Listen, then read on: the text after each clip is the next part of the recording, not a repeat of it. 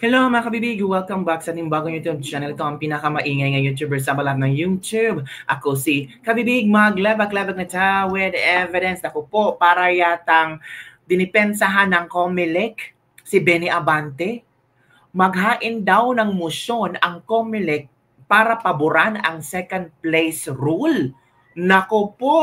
Ramdam ko talaga kabibig ha, na iba ang pinaplano ng Comelec.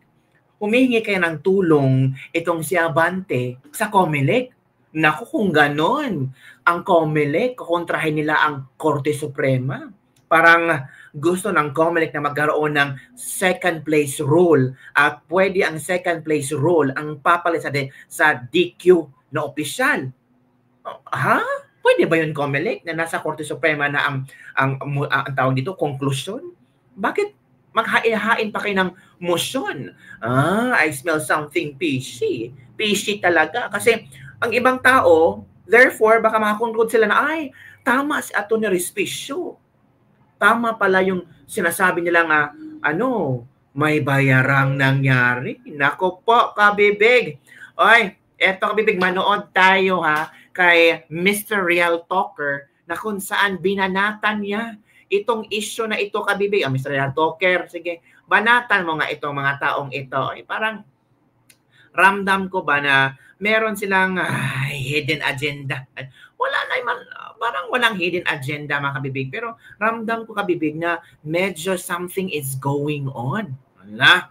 Parang tinutulungan ng Comelec si Benny Abante. Uy, ganun ba? Naku.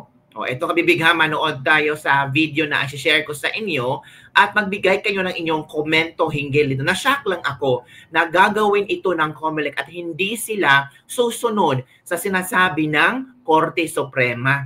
Ito kabibig, manood tayo. Ng Comelec! Ang galing-galing talaga, no? Talagang gumagawa sila ng paraan. Kung gusto may paraan, di ba?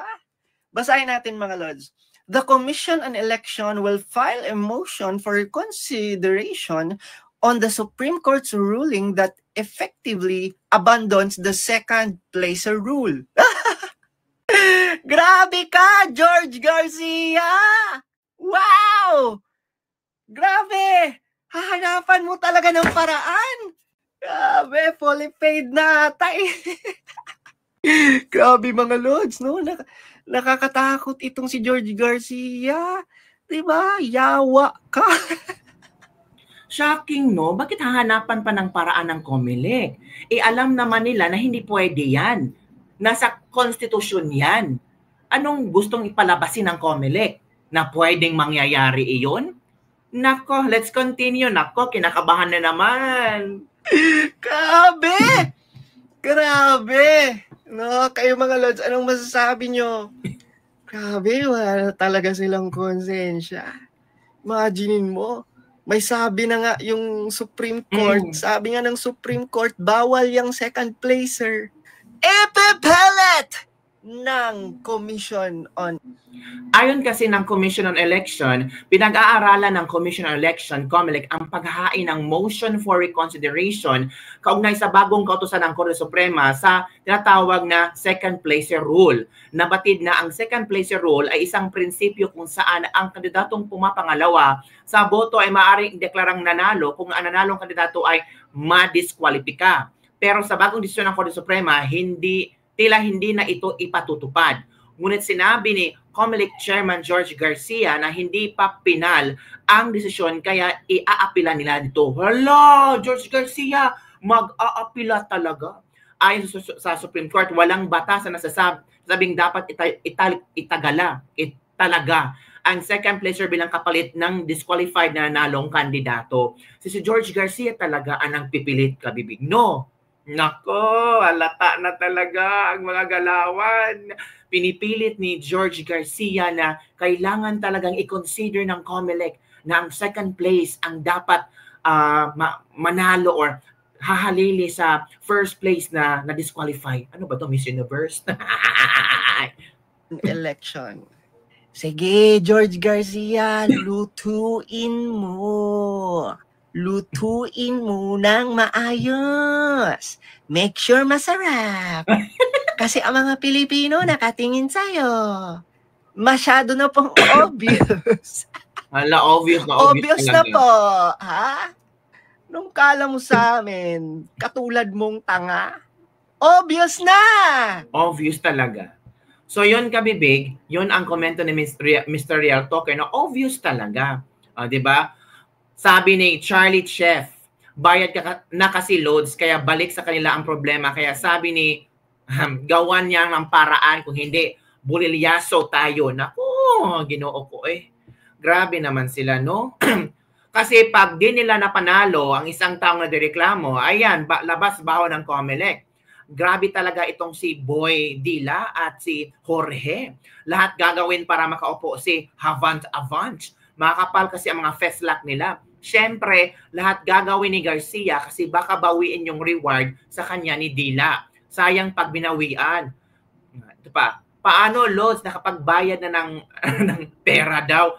Sino ba nagpauso ng bayaran sa COMELEC? Itong si Attorney Respicio talaga nagpauso sa istorya. Pero meron namang lumitaw, di ba, na witness na talagang siya kinausap ni George Garcia kung gusto mong manalo, posible magbayad ka ng 300 million, equivalent to 300,000 voters. Yun ba? Ibig sabihin ako, kalerke kabibig, na-shock ako sa mga, grabe ang COMELEC, no?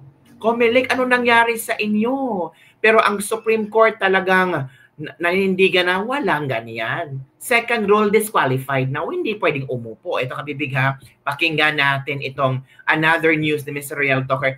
Nakaka-imbiyer na talaga kung ito pa rin ang gagawin nila. Ito na. Kung akala mo, Abante, makakalusot ka na. Diba? Kasi biglang dineclare agad ng COMELEC na ang nanalo ay si Abante. Pero, wag muna mag-celebrate. Diba? Sabi ng Supreme Court, sa second placer rule, hindi maaaring palitan ang mga na-disqualify or natanggal na winning candidate ng pumangalawang kandidato sa eleksyon ayon sa Korte Suprema. Sa 37-page ruling ng SC, walang legal basis sa pagproklama ng second placer, tama, sa eleksyon dahil walang batas na nag-o-otorisa dito.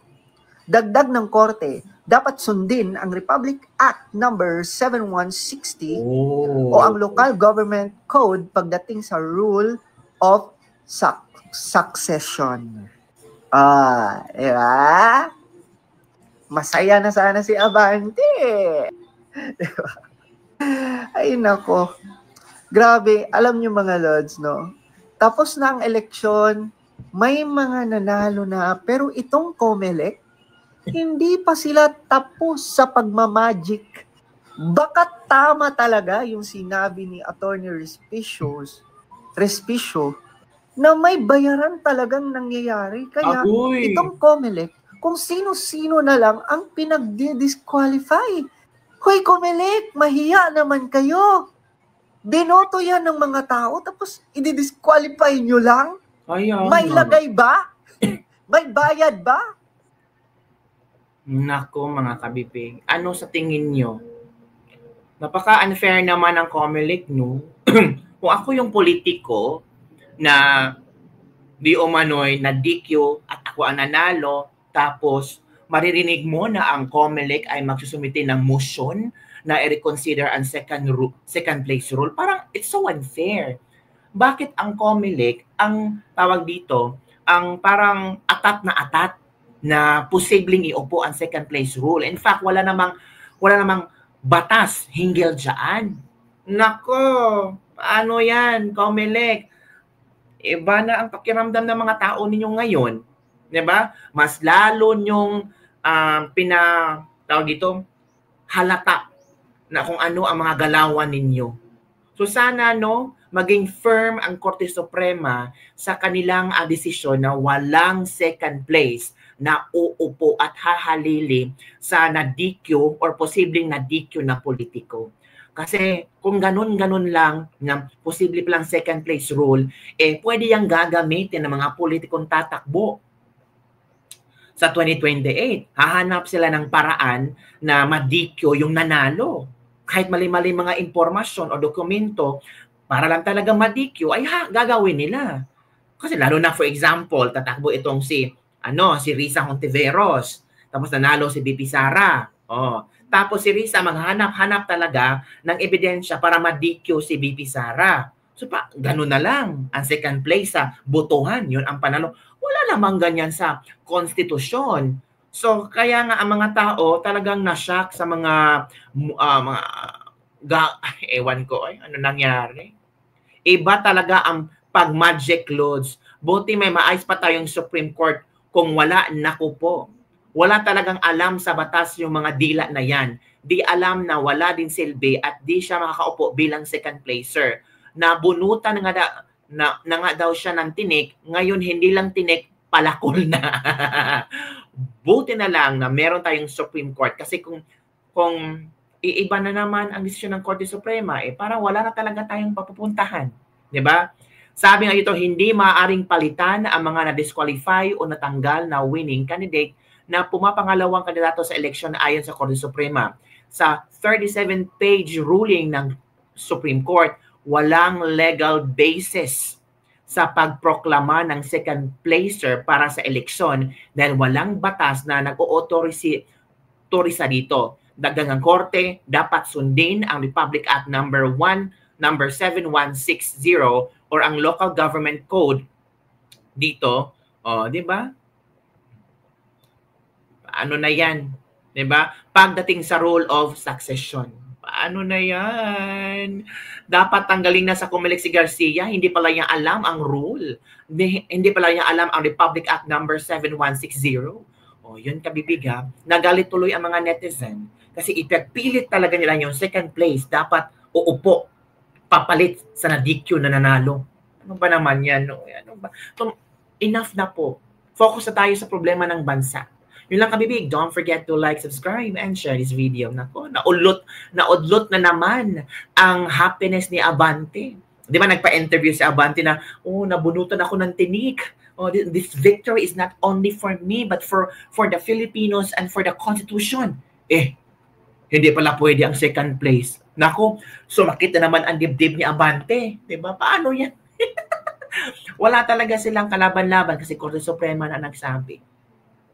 Sabi ng Korte Suprema na dapat sundin ang Republic Act number 7160 or ang Local Government Code pagdating sa rule of succession. So wala talaga kayong magagawa kundi, hi, next time na lang ulit. Takbo ulit. So yan lang kabibig. Don't forget to like, subscribe, and share this video para sa mga latest trending news na ating pag-usap-usapan. Bye everyone. See you next time.